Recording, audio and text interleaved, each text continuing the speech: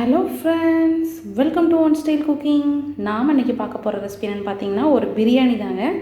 அதுவுமே இன்றைக்கி நம்ம பார்க்க போகிற ஸ்பெஷல் பிரியாணி என்னென்னு பார்த்தீங்கன்னா மீன் பயன்படுத்தி ஃபிஷ் பிரியாணி தாங்க பார்க்க போகிறோம். ஃபிஷ் வந்து பார்த்திங்கன்னா உடையாமல் சூப்பராக எப்படி ஈஸியாக செய்யலாங்கிறத இந்த வீடியோவில் போய் பார்க்கலாம். வாங்க வீடியோக்குள்ளே போகலாம்.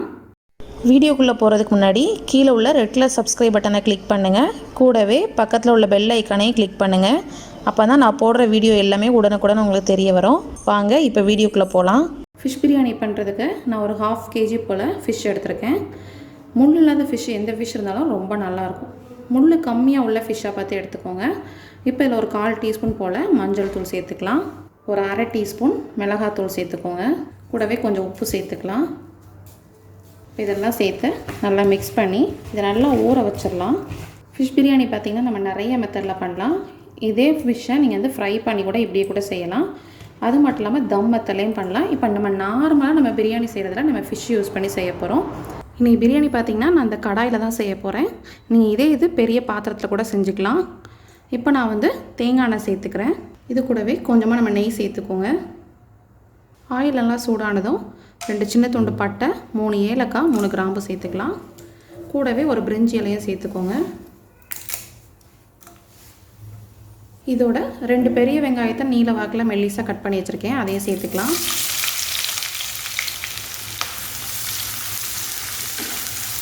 இதை சேர்த்து நல்லா மிக்ஸ் பண்ணி விட்டுக்கோங்க.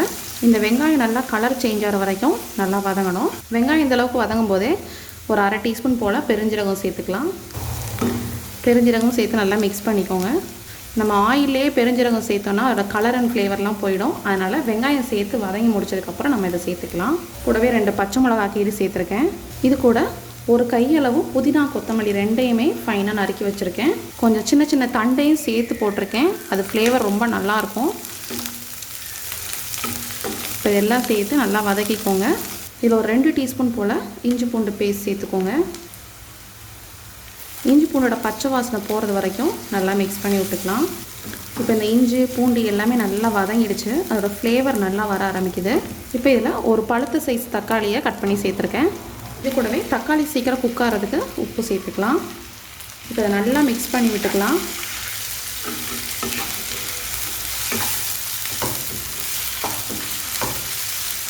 இப்போ தக்காளி வந்து நல்லா நம்மளுக்கு பேஸ்ட் ஆகணும். ஒரு 3 நிமிஷம் மட்டும் நல்லா மூடி வச்சு குக் பண்ணுங்கள். இது நல்லா குக் ஆகிடும். இப்போ நம்ம தக்காளி நல்லா வதங்கியிருக்கு. இதை நல்லா மேஷ் பண்ணி விட்டுக்கோங்க. இப்போ இதில் நம்ம மசாலா சேர்த்துடலாம். இதில் 1 டீஸ்பூன் போல் கொத்தமல்லி தூள் சேர்த்துக்கிறேன். கூடவே 1 டீஸ்பூன் மிளகாய் தூள், அப்புறம் பிரியாணி மசாலா ஒரு 1 டீஸ்பூன் சேர்த்துக்கிறேன். இப்போ இதெல்லாம் சேர்த்து நல்லா மிக்ஸ் பண்ணிக்கலாம். நம்ம ஃபிஷ் பிரியாணி பண்ணுறதுனால நம்ம இதில் தயிர் வந்து சேர்க்க வேண்டாம். தயிர் வந்து ஃபிஷ்ஷும் தயிரும் சேர்றப்ப நம்மளுக்கு வந்து ஸ்கின் அலர்ஜியெல்லாம் ஏற்பட வாய்ப்பு இருக்குது.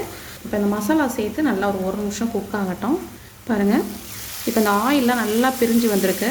இப்போ அது நல்லா குக் ஆகிடுச்சு. இந்த மசாலா நல்லா ரெடி ஆனதுக்கு அப்புறம் தான் நம்ம மீனை வந்து சேர்க்க போகிறோம். ஏன்னா மீன் வந்து நம்மளுக்கு சீக்கிரம் குக் ஆகிடும். முன்கூட்டியே போட்டு நம்ம மிக்ஸ் பண்ணோன்னா நம்மளுக்கு உடைஞ்சிரும்.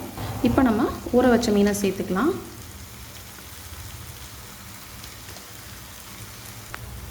மீன் சேர்த்து லைட்டாக அந்த மாதிரி மிக்ஸ் பண்ணிக்கோங்க. மீன் சேர்த்ததுக்கப்புறமா நம்ம ரைஸ் சேர்த்துடலாம். ரைஸ் வந்து நான் 2 கப் அரிசி பாஸ்மதி ரைஸ் வந்து ஊற வச்சு வச்சுருக்கேன், அதை சேர்த்துக்குவேன்.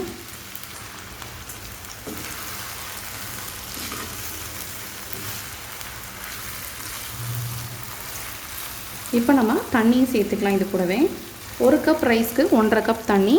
நான் இன்றைக்கி வந்து 2 கப் ரைஸ் எடுத்தனால 3 கப் அளவு தண்ணி சேர்த்துக்கிறேன். நான் ஏற்கனவே மெஷர் பண்ணி வச்சுருக்கேன். அவ்வளோதாங்க. இப்போ ஒரு டைம் நல்லா மிக்ஸ் பண்ணி விட்டுட்டு அதுக்கப்புறம் நம்ம வந்து கிளறியே விடக்கூடாது. மீன் குக் ஆனதுக்கப்புறம் நம்ம கிளறி விட்டோம்னா உங்களுக்கு நல்லா உடஞ்சி போயிடும். அவ்வளோதாங்க. இப்போ நம்ம உப்பு காரம் 2மே செக் பண்ணி பார்த்துக்கலாம். கொஞ்சமாக உப்பு ஆட் பண்ணிக்கிறேன். இப்போ அடுப்பை மீடியம் ஃப்ளேமில் வச்சு நம்ம மூடி வச்சிடலாம். எப்போ நம்மளுக்கு அரிசியும் தண்ணியும் ஈக்குவலாக வருதோ அப்போ நம்ம தம் போட ஆரம்பிச்சிடலாம். இந்த லிட்டில் உள்ள ஹோலை கவர் பண்ணுறதுக்கு அந்த புதினாவோட ஸ்டெம்ப் இருக்குது, அதை வச்சுருக்கேன். அதனால் நம்மளுக்கு ஸ்டீம் எதுவுமே வெளியே வராமல் இருக்கும். இப்போ பாருங்கள், நம்மளுக்கு ரைஸும் அந்த வாட்டரும் நல்லா ஈவன் ஆகிடுச்சு. இப்போ வந்து நம்ம அடுப்பை சிம்மில் வச்சுட்டு ஒரு தோசைக்கல்லை வச்சு அதுக்கு மேலே நம்ம அந்த பாத்திரத்தை வச்சிடலாம். இப்போ இந்த மாதிரி வச்சு ஒரு 10 நிமிஷம் தம்லேயே விடுங்க. அதுக்கப்புறம் அடுப்பை ஆஃப் பண்ணிவிட்டு ஒரு 10 நிமிஷம் கழித்து நம்ம ஓப்பன் பண்ணி பார்க்கலாம். இப்போ அடுப்பெல்லாம் ஆஃப் பண்ணி 10 மினிட்ஸ் தாண்டி ஆயிடுச்சு. ரொம்பவே ஃப்ளேவர்ஃபுல்லாக இருக்குங்க. பிரியாணியோட வாசனை, இந்த ஃபிஷ்ஷோட வாசனைலாம் சேர்ந்து ரொம்ப சூப்பராக இருக்குது. இப்போ சாதத்தை வந்து உடச்சிடாம சைட்லேருந்தே அப்படியே எடுத்து கிளறி விடுங்க. பாருங்கள், நம்ம பிரியாணி சூப்பராக உதிரியாக இருக்குது. ஃபிஷ்ஷுமே சூப்பராக குக் ஆகிருக்கு.